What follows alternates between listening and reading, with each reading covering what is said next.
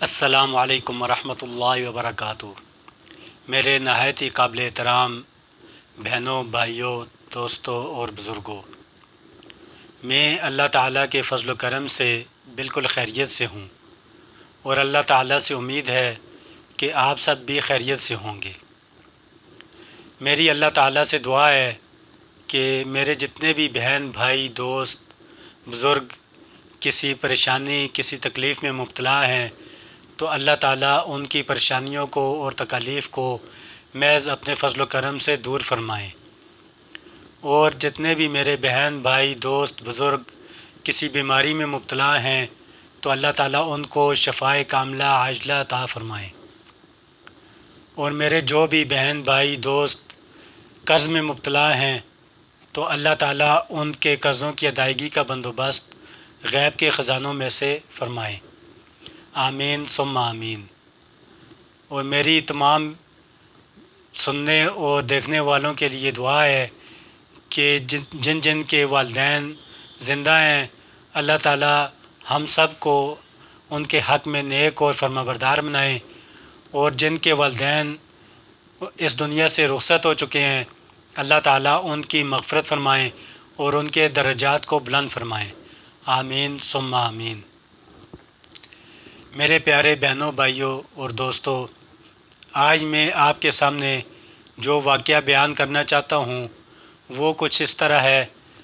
اس کا عنوان اس طرح ہے کہ 2 سوکنوں کا تقوی۔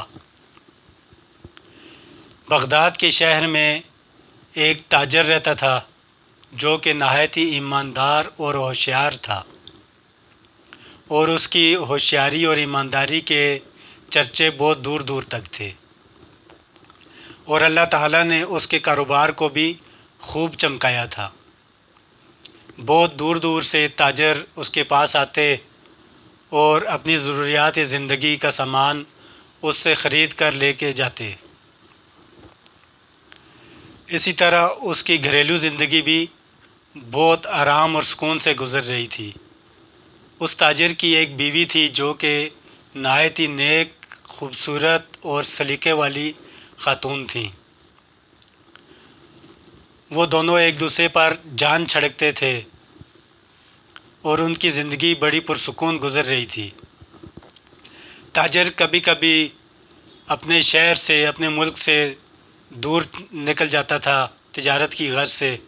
اور کئی دن گھر سے غائب رہتا تھا۔ اس کی بیوی یہی سمجھتی تھی کہ یہ گھر سے غائب رہنا صرف تجارت کی غرض سے ہے، لیکن کچھ دنوں سے وہ یہ محسوس کر رہی تھی کہ تاجر اب جلدی گھر واپس آتا اور بہت جلدی واپس جانے کی کوشش کرتا، اور کئی دن تک گھر سے غائب رہنے لگا تھا۔ تو اس کی بیوی کو کچھ شک ہوا، وہ کسی وہم میں مبتلا ہو گئی کہ تاجر اتنے دن تک گھر سے کیوں غائب رہ رہا ہے۔ ان کے گھر میں ایک بوڑھی عورت ملازمہ تھی جو کہ اس عورت کی رازدار بھی تھی، اور اکثر اوقات وہ عورت اس کے ساتھ اپنے راز شیئر کرتی تھی۔ تو اس عورت نے اس بوڑھی عورت کو اپنا راز بتایا، اور جس بات پہ اس کو شک ہوا تھا اس کے بارے میں اس بوڑھی عورت کو اس نے آگاہ کیا کہ آج کل تاجر بہت زیادہ گھر سے باہر رہنے لگا ہے، مجھے اس بات پر تشویش ہے۔ تو اس بوڑھی عورت نے اس تاجر کی بیوی سے کہا کہ آپ پریشان نہ ہوں، پریشان تو آپ کے دشمن ہوں۔ آپ نے اب مجھے اپنا راز بتا دیا ہے، دل کی بات آپ نے مجھے بتا دی ہے۔ اب میں اس کی پوری کوشش کروں گی کہ تاجر زیادہ دن کہاں جاتا ہے اور کہاں رہتا ہے، کہاں اپنا وقت صرف کرتا ہے، میں اس کی تلاش میں رہوں گی۔ تو جب بھی تاجر گھر سے باہر نکلتا تو وہ بوڑھی عورت اس کے پیچھے پیچھے ہو لیتی۔ آخرکار اس نے اس راز کو جان لیا کہ تاجر گھر سے زیادہ دن کیوں باہر رہتا ہے۔ اس کی وجہ یہ تھی کہ اس تاجر نے اپنے شہر سے باہر ایک اور عورت سے شادی کر رکھی تھی اور وہ زیادہ تر وقت اس کے ساتھ گزارتا تھا۔ جب اس بوڑھی عورت نے اس راز کو تاجر کی بیوی کے سامنے افشا کیا، اس کو بتایا کہ تاجر نے دوسری شادی کر رکھی ہے اور اپنا زیادہ وقت وہاں گزارتا ہے، تو اس تاجر کی پہلی بیوی جو کہ نہایت نیک عورت تھی، اس کو جب یہ راز پتہ چلا تو وہ پہلے تو بہت پریشان ہوئی، لیکن اس نے بعد میں اپنے دل کو سمجھایا کہ یہ تو اس کا حق بنتا ہے، دوسری شادی کرنا اس کا حق ہے اور میں کیوں اس کی راہ میں رکاوٹ بنوں۔ لیکن وہ ایسا بھی تو کر سکتا تھا کہ مجھے بتا کے دوسرا نکاح کر لیتا، میں کبھی بھی اس کو منع نہ کرتی۔ اس عورت نے اس راز کو ہمیشہ اپنے دل میں دفن کر دیا اور کبھی بھی اپنے میاں پر، اپنے خاوند پر اس راز کو افشا نہیں ہونے دیا کہ وہ اس بات کو جانتی ہے کہ اس تاجر نے دوسری جگہ شادی کر رکھی ہے اور وہ زیادہ دن اس عورت کے ساتھ گزارتا ہے۔ اس نیک عورت نے اپنا وقت اسی طرح گزارنا شروع کر دیا جس طرح کہ وہ پہلے گزارا کرتی تھی، اور جب بھی تاجر گھر واپس آتا تو وہ اسی طرح پیار اور محبت کے ساتھ اس کے ساتھ پیش آتی۔ اس تاجر پر اس نے بالکل ظاہر نہیں ہونے دیا کہ وہ اس کے راز سے واقف ہو چکی ہے۔ بہت عرصے تک ان کی زندگی اسی طرح خوش و خرم گزرتی رہی، اور تاجر بھی چونکہ نیک اور متقی آدمی تھا، اس نے بھی کبھی اپنی اس بیوی کو تکلیف نہیں دی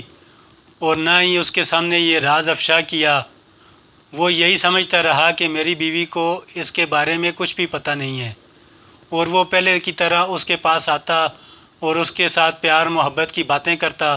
اور اسی طرح خوش و خرم ان کی زندگی گزر رہی تھی۔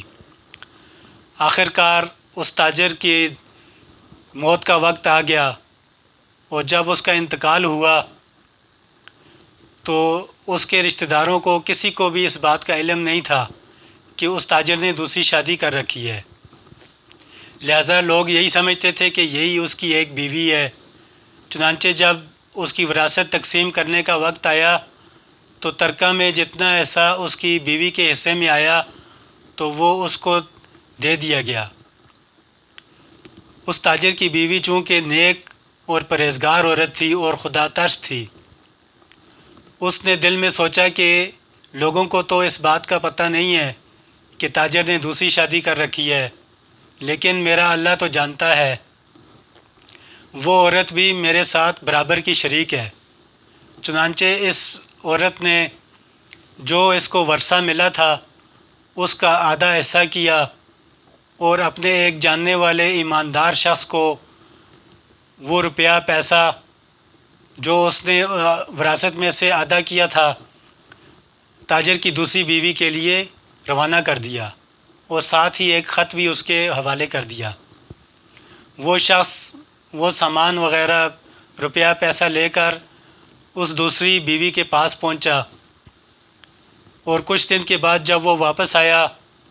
تو اس نے وہ سارا ساز و سامان اور روپیہ پیسہ اس بیوہ عورت کے حوالے کیا، تو وہ بڑی حیران ہوئی، اور اس نے اس شخص سے پوچھا کہ آپ نے یہ سارا کچھ اس عورت کے حوالے کیوں نہیں کیا اور واپس کیوں لے آئے؟ تو اس شخص نے کہا کہ آپ پریشان نہ ہوں، اور اس عورت نے آپ کے نام ایک خط دیا ہے، آپ یہ پڑھ لیں۔ چنانچہ اس عورت نے اس سے وہ خط لیا اور اس کو کھول کر پڑھنا شروع کیا، تو خط کا عنوان کچھ اس طرح تھا کہ میری پیاری بہن، مجھے یہ جان کر بہت افسوس ہوا کہ آپ کے خاوند اس دنیا میں نہیں رہے۔ اللہ تعالیٰ ان کو جنت میں جگہ عطا فرمائے اور ان کے درجات کو بلند فرمائے۔ آپ ایک نہایت ہی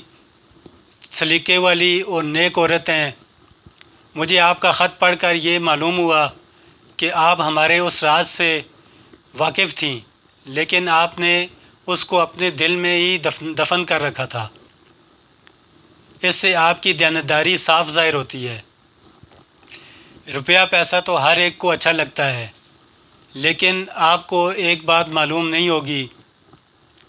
کہ وہ جو ہمارے میاں تھے وہ ضرور میرے پاس آتے تھے اور انہوں نے مجھ سے نکاح کر رکھا تھا اور وہ زیادہ دن میرے ساتھ گزارتے تھے، لیکن انتقال سے کچھ دن پہلے ہمارے درمیان علیحدگی ہو گئی تھی اور انہوں نے مجھے طلاق دے دی تھی، لہٰذا اب اس مال پر میرا کوئی بھی حق نہیں بنتا۔ یہ سارا مال آپ کو مبارک ہو۔ جب اس پہلی بیوہ نے یہ خط پڑھا تو وہ بڑی خوش ہوئی اس کی ایمانداری سے، اور مال تو اس کو مل گیا، لیکن اس عورت نے کہا کہ اس مال پر میرا بالکل بھی حق نہیں ہے۔ چنانچہ ان کا آپس میں ایک حسن سلوک، ایک رواداری کا رشتہ قائم ہو گیا، اور جب تک وہ دونوں زندہ رہیں دونوں آپس میں ایک دوسرے کے ساتھ پیار اور محبت کے ساتھ ملتی رہیں اور آپس میں تعلقات انہوں نے قائم رکھے۔ تو میرے پیارے بہنوں بھائیوں، ہمیں اس واقعہ سے یہ سبق ملتا ہے کہ ہم بھی اپنے اندر برداشت کا مادہ پیدا کریں۔ جب ہم اپنے اندر برداشت کو پیدا کریں گے تو جتنی بھی ہمارے اوپر تکالیف مصیبتیں آئیں گی تو اللہ تعالیٰ ان کو اپنے فضل سے دور فرمائیں گے۔ تو ہمیں چاہیے کہ ہم اپنے اندر برداشت پیدا کریں۔ آج کل جتنی بھی خرابیاں پیدا ہو رہی ہیں یہ برداشت کے نہ ہونے کی وجہ سے ہیں، کہ جب بھی کوئی شخص بیوہ تو سوکن تو درکنار، وہ تو ایک رشتہ ہی ایسا ہے کہ ظاہر ہے اگر ایک شخص جب گھر میں دوسری بیوی لاتا ہے تو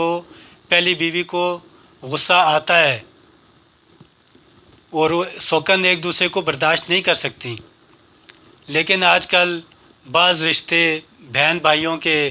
اور رشتہ داروں کے رشتے بھی ایسے ہیں کہ ان کے اندر بالکل برداشت ختم ہو گئی ہے، جس کی وجہ سے دوریاں پیدا ہو رہی ہیں۔ تو اللہ تعالیٰ سے دعا ہے کہ اللہ تعالیٰ ہم سب کے اندر برداشت کا مادہ پیدا فرمائیں اور ہمیں اللہ تعالیٰ نیک اور صالح بنائیں۔ اور میری آپ سب سے گزارش ہے کہ اگر آپ کو میری ویڈیو پسند آئی ہو تو اس کو لائک اور شیئر کر دیں اور سبسکرائب کے بٹن کو دبا دیں، اور تاکہ میرے آنے والی ویڈیوز آپ تک پہنچتی رہیں۔ اللہ تعالیٰ ہم سب کا حامی و ناصر ہو۔ والسلام۔